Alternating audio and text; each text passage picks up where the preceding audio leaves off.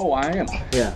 Welcome, episode 5. Episode 5. This is Magic Mike and the Swag, and we're going through a series right now where we're exploring each NBA franchise, and we're taking the best player at each position and throwing them into our all-time starting 5 for each team. And we're going to add a 6-man just to round out the roster, give you a little something extra off the bench.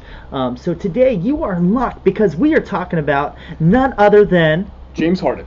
Well, and the Rockets, yeah. And the Rockets. James Harden and the Rockets. But nice segue, right? Because Yes. we're just going to jump right into this list, and we're going to start off with the greatest point guard to ever play for the Rockets. And I know this is kind of controversial. Some people are like, oh, he's more of a shooting guard, especially now that they have Chris Paul. But He's a point guard. James Harden, we're putting him as our point guard. And you'll see as this list starts going on. But can't leave him off the list because he's putting up crazy numbers. Just won MVP, right? Yep. Dude's a beast. Yeah, he could probably play a little bit better defense. But with the rest of this team that we have, he doesn't need to play defense, right? So, T-Mac, where you at? T-Mac is... Oh, I'm jumping ship. I'm sorry. You forgot the two guards. James Harden, you are our starting point guard. T-Mac's going to make the list. That's a little spoiler alert. I mean, he's on the wall. Yeah. We'll just cut this part. Or not. Two guard. Some argue it could be James Harden. Others are going to argue Clyde the Glide Drexler. He didn't have quite the same athleticism that he had with the Blazers, but he still had a pretty impressive resume with the Rockets, including helping them win their second championship when they're kind of hitting that lull, when they kind of hit the wall. He was the one who really kind of jump-started things, and he held it down and put up pretty good numbers with them. So again, Harden, since he is playing a little bit of point guard, we're sliding him down there. Drexler, you're a 2 guard, which leads us to our small forward spot. T-Mac. Again, this video is a little controversial. Also listed as a shooting guard, but he was a wing. I'm sure there was a point in time when he might have played small forward for them in one of their lineups. It had to have happened. He's their small forward. T-Mac, unreal, right? He just super long, lengthy defender. There was a point in time where him and Kobe were going head to head for the top wing in the league. He was unreal. The one game against the Spurs where he had like 12 points in like 2.5 seconds or whatever it was. It might have been. I think it took a little bit more time than that. But dude was unreal. T-Mac, you're a starting small forward. All right, now we got our 2 guards out of the way. This team is weird, right? Yes. They're stacked historically at the shooting guard position, and they're stacked historically at the center position. Yes. We probably could have done an all-time starting 5 for the Rockets, all including just their centers. Yeah. Right? But for the sake of this video, we got to narrow it down. We got to pick a power forward. And this player actually did play power forward for a few years when they had Ralph Sampson, right? They moved Olajuwon to the power forward, right? Okay. Hakeem Olajuwon, Hakeem the Dream, with his little shimmies, his dream shakes, his African accent. He was unreal, right? The guy, best footwork out of any big man of all time. Dude was absolutely unreal. Took him to the finals in like his first or second year. Sheesh. And then again won two titles later on in his career with them. Olajuwon, you are our starting power forward, which leads us to center. Right? Again, we talked about we moved Olajuwon down to power forward because he's versatile. He can play the 4. But now we've got a handful of players that we could put in this 5 spot. Right? Some might say Yao Ming. Right? Some may say Ralph Sampson. Okay. Right? A 7'6" guy who can run the floor and can shoot, and just a freak of nature. Until he got hurt, he was a beast, right? He hit that little turnaround shot to knock the Lakers out of the playoffs and take them to the finals. No one beat the Lakers in the Western Conference in the 80s except for Ralph Sampson and the Rockets. But Ralph Sampson's not our starting center. Not Yao Ming. Not even Elvin Hayes. Right? Elvin Hayes was a stud, but he didn't play in Houston long enough. We got to go big Moses Malone. All right. Moses Malone. We're going to rally off some stats for you. When in Houston, right? Let's see.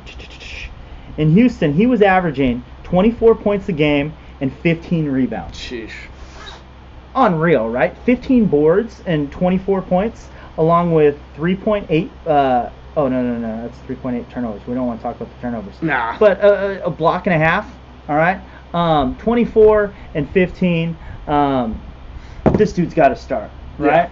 Yeah. Held it down. He was the one who really toughened up Olajuwon. When Olajuwon was in college, he was just a skinny, wide-eyed kid from Africa who came in, and they said, he's a little soft. Yeah. Well, he started playing these summer league games with Moses Malone, where Moses Malone just beat the crap out of him and really made a man out of him. So Moses Malone, he gets credit in shaping Olajuwon.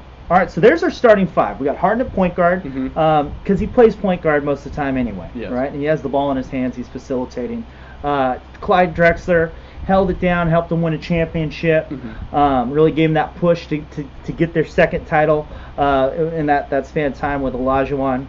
T-Mac, he's a wing, right? Yep. Put him at small forward. That's great. Olajuwon actually did play power forward for part of his career with them. Earlier on when he was playing with Ralph Sampson, so he's our 4. Moses Malone our 5. So who are we bringing off the bench? We talked about Elvin Hayes a little bit. We talked about Yao. We talked about Ralph Sampson. Man, I don't know. I think I know. I know who I want, at least. So you're going to do a present player on this list? Because there's somebody I feel like I could maybe mention. No. Chris Paul? No, I was going to say Gordon, maybe. Oh, okay. But I mean, as a true off-the-bench player. But just... Okay, and here's the thing I appreciate about you, because you are actually staying true to the process, and you're thinking, well, we got to bring in I want a legitimate six man. It's right. hard.